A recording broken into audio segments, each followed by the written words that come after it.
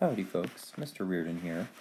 I'd like to walk you through the alternate structures for body paragraphs that you might want to use when putting together your argument and synthesis essays in the AP style.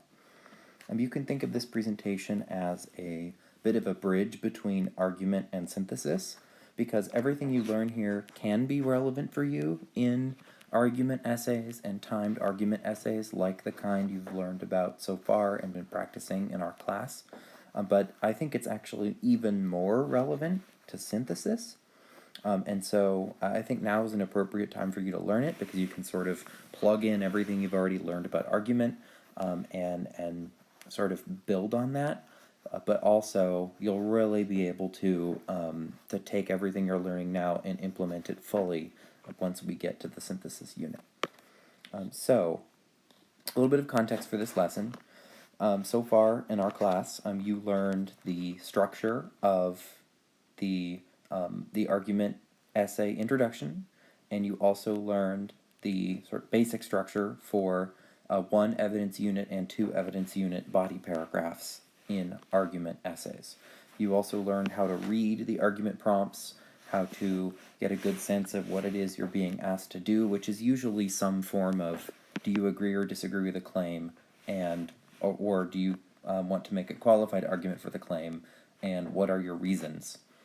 And then you have to, of course, find evidence to support those reasons and organize it in an essay fashion. So we're going to build on that, as I mentioned a few minutes ago. We're going to talk in particular about counter-argument body paragraphs. So how do you build a counter-argument into the body paragraph structures you've already learned in this class? You should take notes on this presentation. It's not so often that I require you take notes and collect them and have that be part of a scoring guide, but it is this time around. So please make sure that you are taking notes and that you are prepared to submit those, as well as put a shareable link in your Unit 5 playlist response document. So what's a counter-argument? Well, a counter-argument is a line of reasoning. So that line of reasoning means a claim plus evidence plus reasoning that comes to a conclusion opposed to or disagreeing with your own perspective. The counter-argument is the argument, claim, evidence, and reasoning that disagrees with you, that you want to then refute, that you want to say is wrong, and you want to dismiss in your own paper as part of developing your own position. So why do we need to talk about counter-arguments? Well, when you're writing college-level synthesis essays, or like research synthesis essays where you're making your own argument while taking into account a wide range of perspectives on a topic, you need to be able to deal with tensions, right? Source A says this, source B says this, source C says that. These 3 sources conflict in these ways, but they agree in those ways. Like, you have to be able to navigate those tensions when you're writing your paragraphs. And the counter-argument paragraph is a great tool for you for doing that successfully. So, also I'll tell you that the ACT essay is one where you can use these counter-argument paragraph structures very well. The ACT essay is an argument. It's an argument essay with a sort of synthetic twist to it. You get 3 perspectives, though they're very, very short. They're not like the synthesis sources in AP Lang. They're these little, like, 3 perspectives, and you have to make an argument in 40 minutes based on those 3 perspectives. And so having this structure can help you with that. Quick note about the word sources. For now, I just want you to think about the word source as meaning a place where a quote, evidence, or idea might be originally taken from. So an article, a book, a podcast, a documentary, a long-form article of some kind, or just, history or something that you already know, though that would be considered a source. And so in synthesis, you'll get a more specific understanding of this word. It really refers specifically to the materials provided to you as part of the prompt. But for now, just think of sources like where evidence is coming from, where you might pull evidence from. For timed argument essays, it's, of course, important that you know you're going to have to provide quotes, paraphrases, ideas, or other evidence that presents counter-arguments from your memory in the same way that you would provide the evidence that supports your position from memory, from your brain. It's the same deal in argumentation. All the evidence, including like a quote presenting a counter-argument, comes from your brain. So in the minutes that follow, I'm going to walk you through the 5 body paragraph structures. 2 of these you're already familiar with, and 3 are new. The first 2 are like, it's what we've already covered in this class, but it's nice to see it right next to the other 3, so I'm going to give them to you again. And then you have the 3 new ones, which will give you different options for bringing in counter arguments, and you can decide as needed which ones you would like to implement. You should, or after we look at the paragraphs, we're then going to circle back to thesis statements and talk quickly about how you might adjust thesis statements as you've already learned them to accommodate counter-argument paragraphs if you choose to include them. The paragraph structures are named type A through type E, so we can reference them later. So just know that when someone says type D paragraph, you should know exactly what you mean, or what is being referred to by the end of this presentation. All right, so let's look at the paragraph structures. We're going to switch apps here. All right, so the first paragraph structure is something with which you are already familiar. We have topic sentence to start with that ties to the thesis. This paragraph, by the way, is supporting your own position. It's one evidence unit only.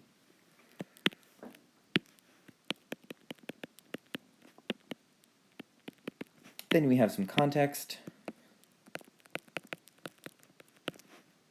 Just context for your evidence, of course, so you can successfully build in the evidence. Evidence is next. You already know what that means. I don't need to explain it. You might want to unpack the evidence. You also might not need to. It just depends on what your evidence is, or if it's sort of self-explanatory or not. And then, most important part of your paragraph here, most developed part of any argumentative paragraph, we have explanation reasoning, and we have concluding sentence.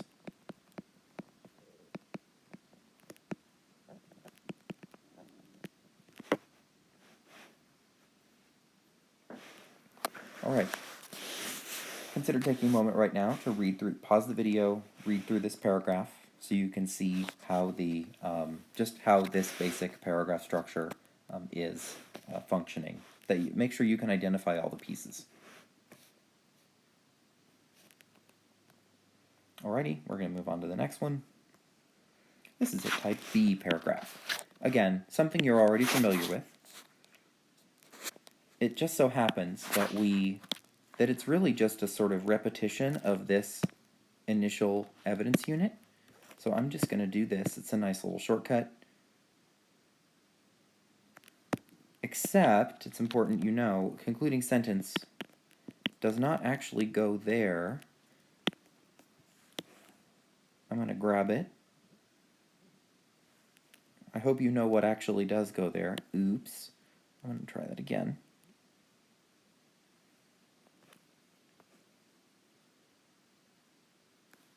There.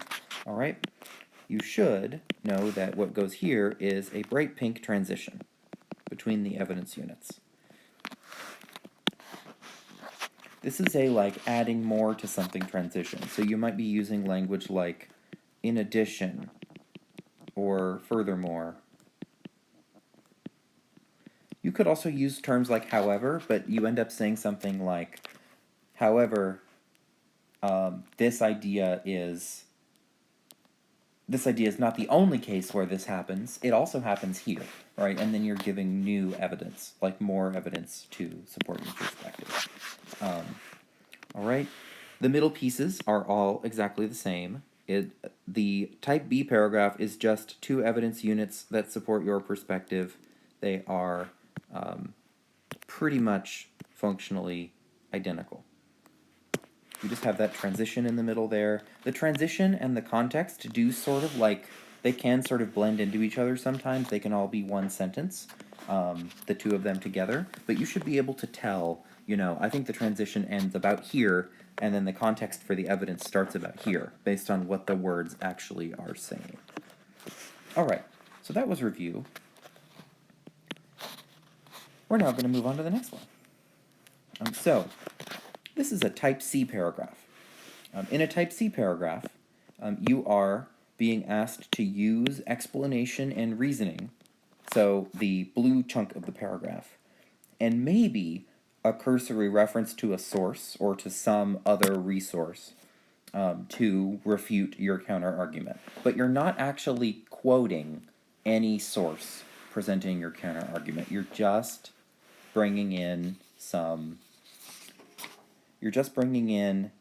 a reference to a source, and you're using your own logical mojo, your own capacity for argumentation, maybe layering on those claims of fact in order to refute the counter argument, all in that blue chunk of your paragraph.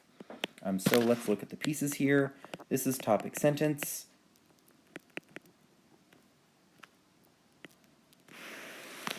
You want to be sure that this topic sentence acknowledges the counter-argument in some way. Acknowledges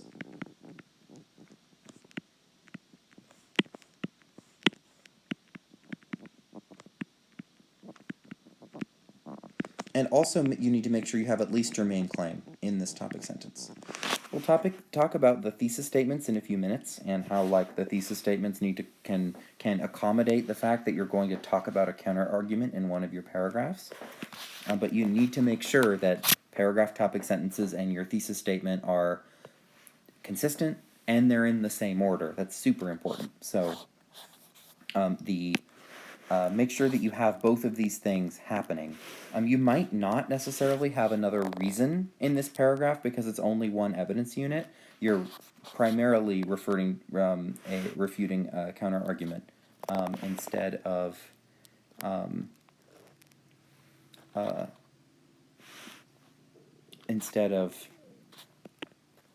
bringing in evidence from the counter-argument itself.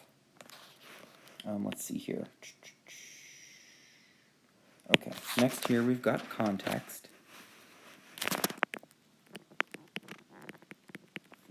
Maybe Y tag if you have, I'm adding Y tag here because you're bringing in a source, especially in synthesis. You'd be bringing in a source that hasn't previously been mentioned in the text. If that's the case, you want to be sure you have Y tag. And then we're going to bring in some evidence.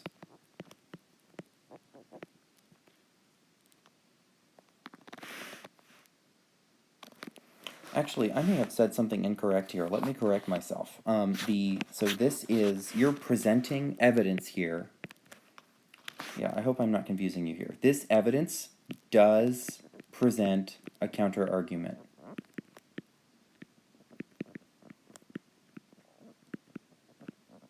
So this evidence is actually not evidence supporting your perspective, but it's evidence you're effectively drawing from some source that presents your counter-argument, and you're using the explanation and reasoning, and maybe actually also the unpacking a little bit, to refute the evidence that's being presented here. I apologize if that was confusing. Let me say that one more time super clearly. You have your main claim, and you're also acknowledging the existence of the counter-argument you plan to present and refute. You've got context with possible Y tag for evidence that presents the counter-argument. You might need to unpack the evidence if it's not super clear in and of itself, and then you use, this is important, use this explanation and reasoning chunk.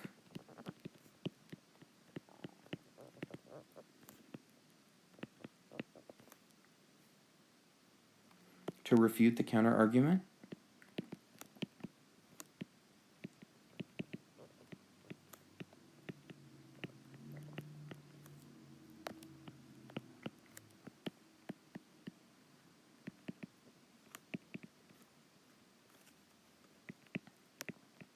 That you presented in the evidence above. So this evidence. And I think a concluding sentence is probably going to be necessary here. It might be more necessary than it is in a type A or type B paragraph. Because you have to then go back to your main claim in order to clarify, okay, I just refuted that counter argument, here's my main claim and what I'm doing, why everything I just said about this counter argument actually supports my perspective. Because you have to get back to your perspective. Your position, I should say.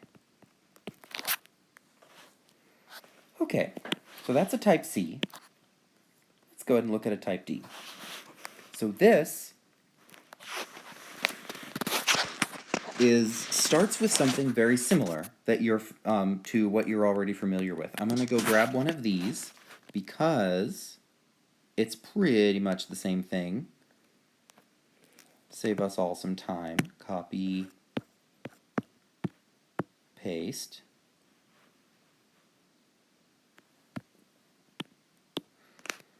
Now this is going to be a but transition.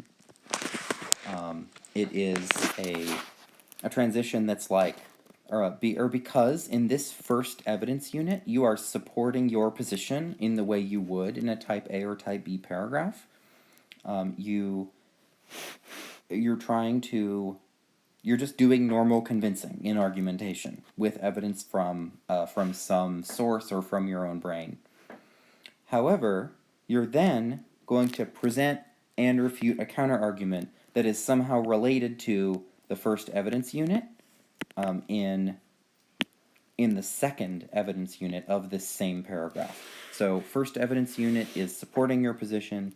Second evidence unit is it's actually a bit like a number 3, where you're presenting evidence that disagrees with your perspective and then refuting it with explanation and reasoning.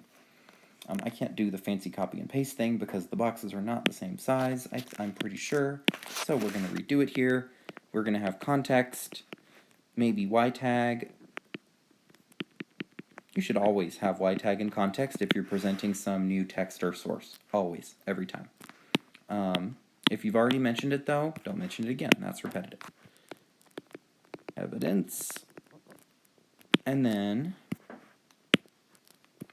unpack if you have to do so. I like this star better. I'm going to change it. And then this one is pretty much the same thing as we had up here. You're going to... Oh, this is going to be a real pain. I'm just going to rewrite it because that is impossible. You're going to use the explanation and reasoning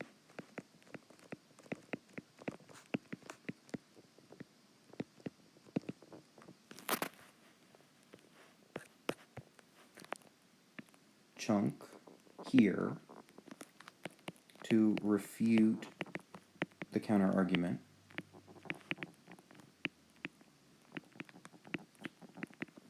You presented.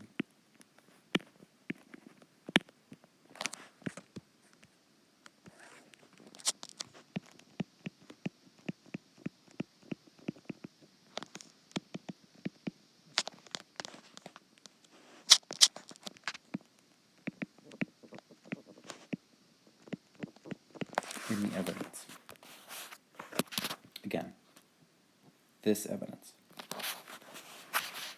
And again, and I think concluding sentences are a little more necessary just to get back to your main claim.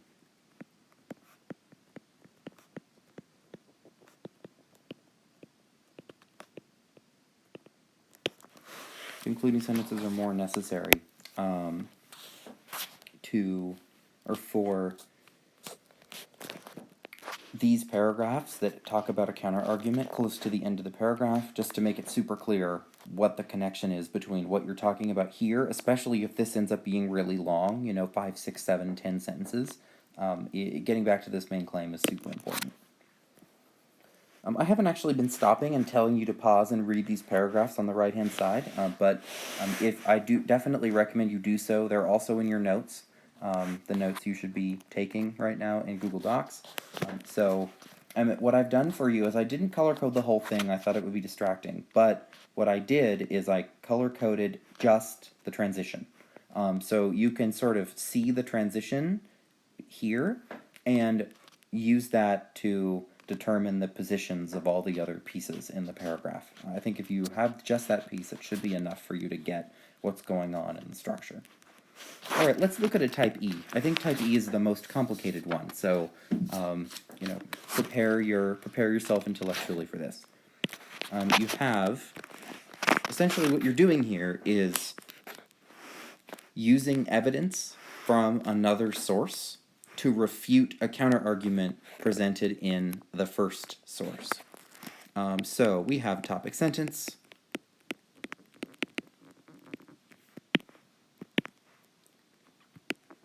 context, and Y tag from the source wherever the counterargument idea is coming from. And then the evidence. Evidence seems like a weird word to use for this. It's really like a quote from source presenting counterargument, or an argumentation from your brain.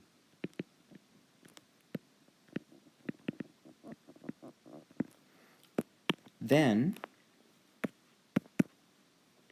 you're going to notice here that all you're doing is saying is, or in this topic sentence, or all you're doing is giving some context for the evidence and then presenting the counterargument, but you're not going to unpack it or do any explanation and reasoning for it, because why would you do that? You want to refute this counterargument.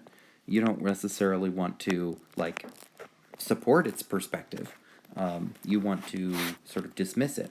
So you skip what's going on. You skip the other steps, the unpack, explanation, reasoning steps, and then you just immediately transition. Again, you have a but transition. If you're doing a type D or type E paragraph, you have to make sure there's a but, right? Write your paragraph and then ask myself, where's my but? Just kidding. But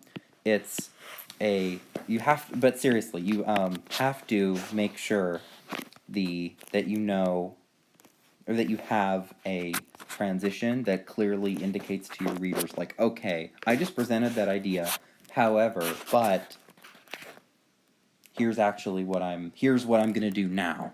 That's why the transitions are so important. It's a signal to your reader. All right. Context.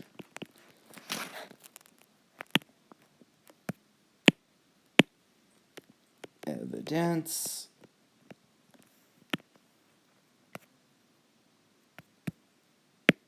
Unpack.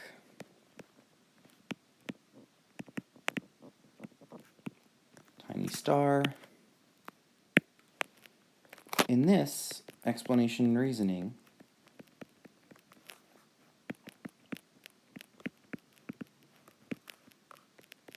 you have to use the second source.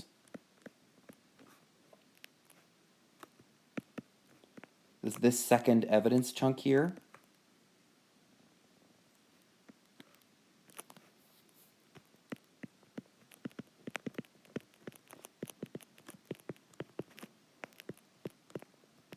In the first source.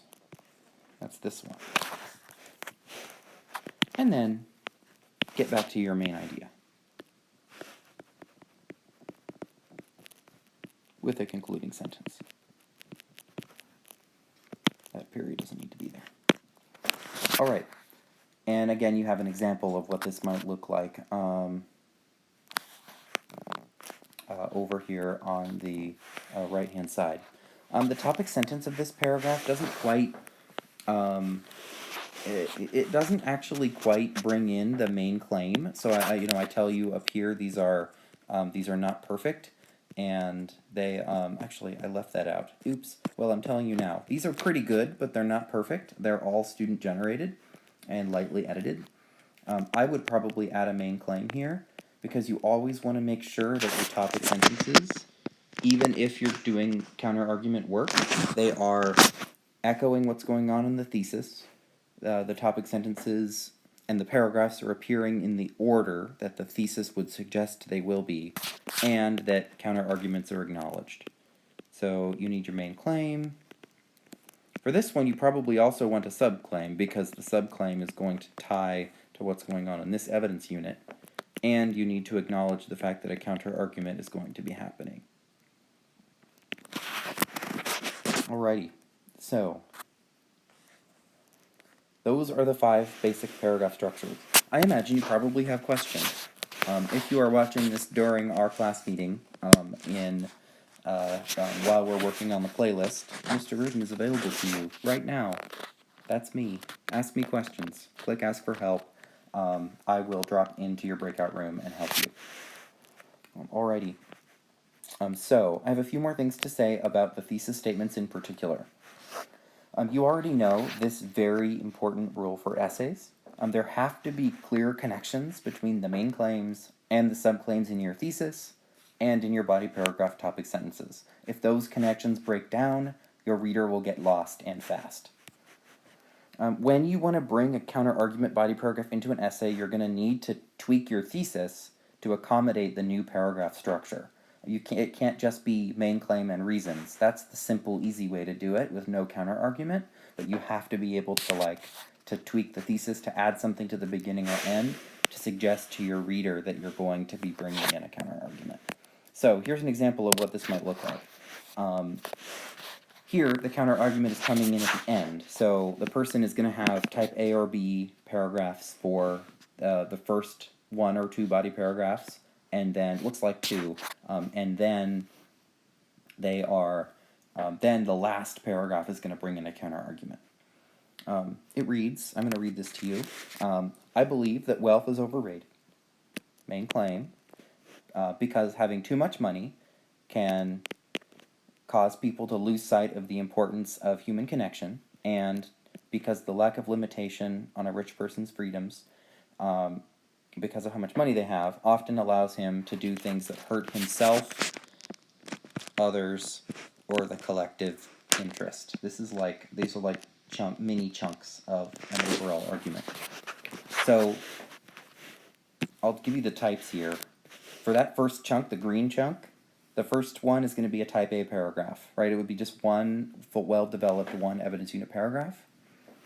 For the second one, though, it's going to be a type B paragraph with a modification. That is a third repetition of the evidence unit structure, so there's 3 evidence units in it. That's still a type B, though, because it's all supporting the perspective.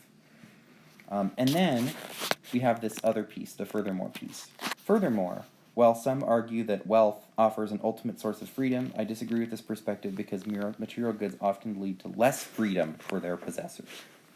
Alright, so this would be a type E, because if you go back and look at your notes, this if I were writing this essay, I would present a source that acknowledges this idea that like wealth equals freedom, and then I would use another source arguing that material goods actually lead to less freedom, plus my explanation and reasoning to refute this perspective in that type E paragraph.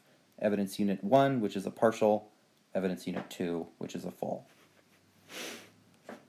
Okay, second thesis. This is a different approach. So here, this person would be doing counter-argument work first in the essay. Like they're going to start by presenting the counter-argument idea and then refute it and then continue with their own perspective. To put a counter-argument in the middle of an essay would be kind of weird. I don't recommend that. Later on, when you're writing much longer papers and you have an open thesis statement, you don't need to worry about that so much because the the thesis statement, like it's not necessarily as organized as the and connected to each body paragraph topic sentence, but you but for these papers, don't put a counter argument paragraph in the middle. It's going to be first or it's going to be last, and last, honestly, I think is the easiest. So I'm going to read this. While some argue that humorists should have a broad artistic license to use whatever means, that shouldn't be there, that humorists should have broad artistic license to use whatever means they deem appropriate, including racist and sexist jokes, to critique society, I disagree with this perspective for two reasons. First, this freedom can be easily misused in ways that give a platform to offensive ideas, and second, there are ways to be both wildly popular and successful as a humorist without drawing power from existing oppressive systems. All right, so some final notes here. There's no one-size-fits-all model for choosing argument paragraph structure in an essay. What kinds of paragraphs you need to use in order to write the essay you want to write is your decision. So as you build your outline and thesis statement, you'll need to think executively about what your perspective is. You'll need to think about how many paragraphs you want, which kinds of paragraphs you want, and what your thesis needs to look like based on those other decisions. If you just remember that if you think bringing a counter argument into an argument essay is going to be too hard, or will distract you from your own argument, or will take too much time in a timed essay, you don't have to. In argument, there's not really an expectation necessarily that you bring in a counter argument. You'll see in the argument scoring guide that doing so might give you an even better shot at that sixth sophistication point. But it's not necessarily a guaranteed, so you can make the decision that works best for you. In synthesis, though, you really will need these paragraph structures, so keep these notes close at hand, maybe even print them out if that's if that's something you have the ability to do, because they can be really helpful to you later. Part 4 of the playlist is all about outlines, so you'll have some time to practice a lot of the executive thinking, okay, how do I want to organize this essay? What do I want to say about this prompt? What kind of paragraphs do I need? You'll have a chance to practice all of that thinking when you are working on part 4.